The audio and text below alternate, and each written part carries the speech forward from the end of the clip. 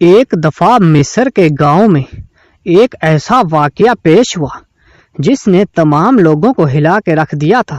وہ واقعہ اپنی نوعیت کے لحاظ سے بہت دلچسپ اور حیران کن واقعہ تھا، اور اس واقعے کو زیادہ تر اہمیت اس لیے ملی کیونکہ وہ واقعہ سلطان صلاح الدین ایوبی کی عقل مندی سے جڑا ہوا ہے۔ ایک دفعہ اس گاؤں میں چودھری صاحب نے اپنے بیٹے کی شادی کی رات کا وقت ہوا۔ دلہا دلہن کو کمرے میں بٹھا دیا گیا۔ گاؤں والے خوش تھے کیونکہ چودھری صاحب نے اپنے بیٹے کی خوشی پر تمام غریبوں کی مدد کی اور پورے گاؤں والوں کو اچھے اچھے کھانے پیش کیے۔ جب صبح ہوئی تو چودھری صاحب کی بیوی جب اپنے بیٹے کے کمرے میں اپنے دلہن کو دیکھنے کے لیے گئی تو دیکھ کر چودھری صاحب کی بیوی چیخنے چلانے لگی اور اتنے میں زور سے چیخیں چلائی کہ اسی وقت گر کر بے ہوش ہو گئی۔ اپنی بیوی کی چیخیں اور اپنی مالکن کی چیخیں سن کر چودھری صاحب اور اس کے ملازمین چودھری کے بیٹے کے کمرے کی طرف دوڑے تو جب کمرے کے اندر داخل ہوئے تو کیا دیکھتے ہیں، چودھری کے بیٹے کے بستر پر خون سے لت پت کپڑے پڑے ہوئے ہیں، لیکن نہ ہی بستر پر چودھری صاحب کا بیٹا موجود ہے اور نہ ہی چودھری صاحب کے بیٹے کی بیوی اس کمرے میں موجود ہے۔ چودھری صاحب نے قاضی صاحب کی مدد سے ہر جگہ، ہر گاؤں، ہر محلے میں چودھری صاحب کے بیٹے کو تلاش کرنے کی کوشش کی، لیکن چودھری صاحب کے بیٹے کا سراغ کہیں نہ ملا۔ یہ بات پورے گاؤں میں پھیل چکی تھی کہ شادی کے پہلے دن ہی چودھری کا بیٹا اور دلہن کمرے سے غائب ہو گئے۔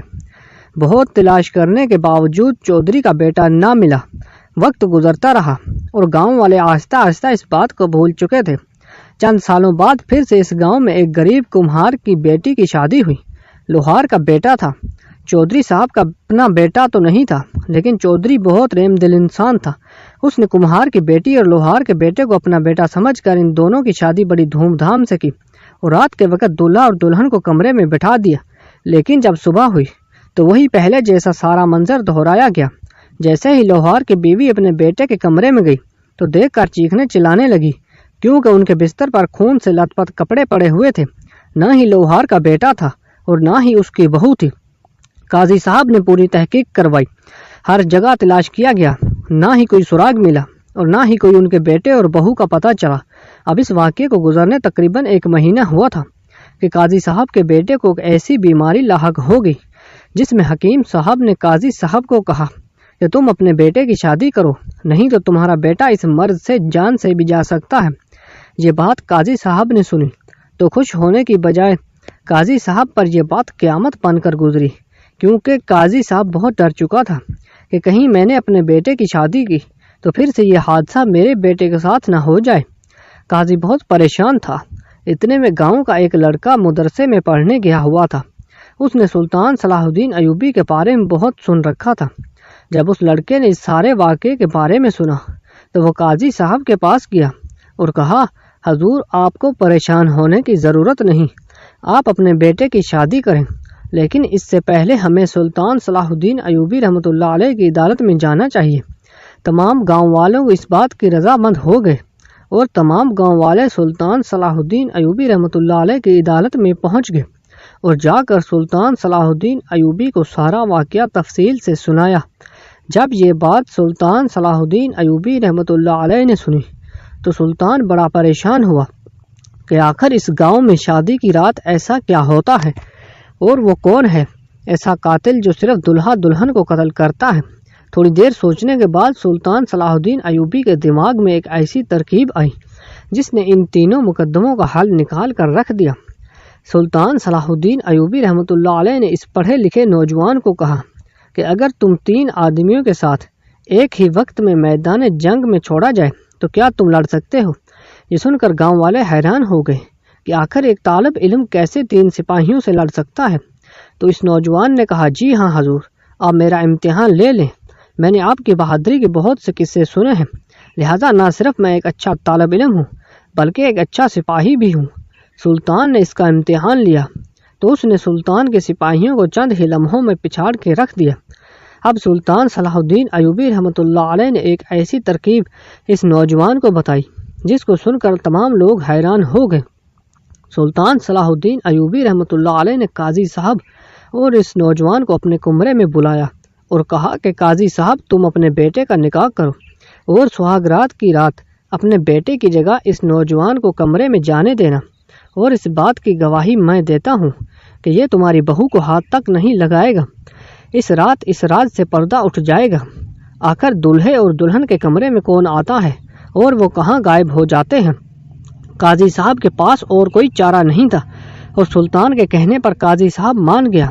قاضی صاحب نے اپنے بیٹے کا نکاح کروا دیا اور سہاگ رات کی رات خفیہ طریقے سے اپنے بیٹے کی جگہ اس نوجوان کو کمرے میں بھیج دیا۔ وہ نوجوان جیسے ہی کمرے میں داخل ہوا تو اس نے قاضی کی بہو کو ساری صورتحال کے بارے میں بتایا اور کہا کہ تمہیں خوف زدہ ہونے کی ضرورت نہیں، لہٰذا جیسے میں کہتا ہوں تم ویسے کرنا۔ اور پھر وہ نوجوان دولہے کے بستر کے نیچے چھپ گیا اور اس دلہن کو بستر کے اوپر سلا دیا، اور اس طرح اس نے بستر کی شکل بنا دی کہ جیسے اس بستر میں دو آدمی سو رہے ہوں۔ جیسے ہی آدھی رات کا وقت ہوا تو کمرے کا دیا بجھا اور کسی کے اندر آنے کی آواز سنائی دی۔ وہ نوجوان کافی چالاک تھا، اسے پتہ چل گیا کہ قاتل کمرے میں پہنچ چکا ہے۔ جیسے ہی اس نے بستر پر حملہ کیا تو اس نوجوان نے اسی وقت دیا جلا دیا اور اپنی تلوار نیام سے نکال کر اس نوجوان کی گردن پر رکھ دی۔ جب دیے کی روشنی میں دیکھا گیا تو وہ نوجوان جس نے چودھری کے بیٹے اور اس کے بعد لوہار کے بیٹے اور تیسرے نمبر پر قاضی صاحب کے بیٹے پر حملہ کیا، وہ ان کے گاؤں کا ایک چرواہے کا بیٹا تھا۔ جب تمام گاؤں والوں نے صبح اس معاملے کے بارے میں بتایا گیا تو سارے گاؤں والوں نے یہ فیصلہ کیا کہ اس کو قتل کیا جائے، لیکن اس نوجوان نے کہا کہ اس کو قتل کرنے کی بجائے سلطان کی عدالت میں لے جاتے ہیں۔ اس کو سلطان کی عدالت میں حاضر کیا گیا اور سلطان نے اس سے پوچھا تو اس نے کہا، سلطان معظم 4 سال پہلے میری شادی ہوئی اور شادی کی رات ہی ڈاکوؤں نے مجھ پر حملہ کر دیا اور زیوروں کے ساتھ ساتھ میری بیوی کو اٹھا کر لے گئے۔ میں گاؤں کے قاضی صاحب کے پاس گیا تھا، چودھری کے پاس بھی گیا تھا، لیکن میری کسی نے مدد نہیں کی تھی اور میری بیوی کا کوئی پتہ نہیں چلا۔ تو اس دن سے میں نے بھی ٹھان لیا تھا کہ میں اس گاؤں میں کسی کی شادی نہیں ہونے دوں گا، اور اسی وجہ سے میں نے ان چودھری کے بیٹے اور قاضی صاحب کے بیٹے اور اس لوہار کے بیٹے کو اور دلہن کو اسی رات اغوا کر کے گاؤں کے باہر ایک کھنڈر نما قلعہ ہے، اس میں نے قتل کر کے دفنا دیا ہے۔ سلطان صلاح الدین ایوبی رحمۃ اللہ علیہ نے اس نوجوان کو زندان میں ڈالنے کا حکم دے دیا اور کہا کہ اگر تم قاضی صاحب کی بجائے میری عدالت میں آتے تو تمہیں ضرور انصاف ملتا، لیکن تم نے انصاف لینے کے بجائے خود انصاف کرنے کے بارے میں سوچا، لہٰذا تمہیں زندان میں ڈالنے کا حکم دیا جاتا ہے۔ اور اسی طرح سلطان صلاح الدین ایوبی رحمۃ اللہ علیہ کی عقل مندی کی وجہ سے وہ گاؤں اتنی بڑی مصیبت سے دور نکل گیا۔ اگر آپ کو ہماری یہ ویڈیو اچھی لگی تو لائک اور کمنٹ کر دیجئے اور چینل کو سبسکرائب کرنا مت بھولیے۔ ملتے ہیں نیکسٹ ویڈیو میں، تب تک کے لیے اللہ حافظ۔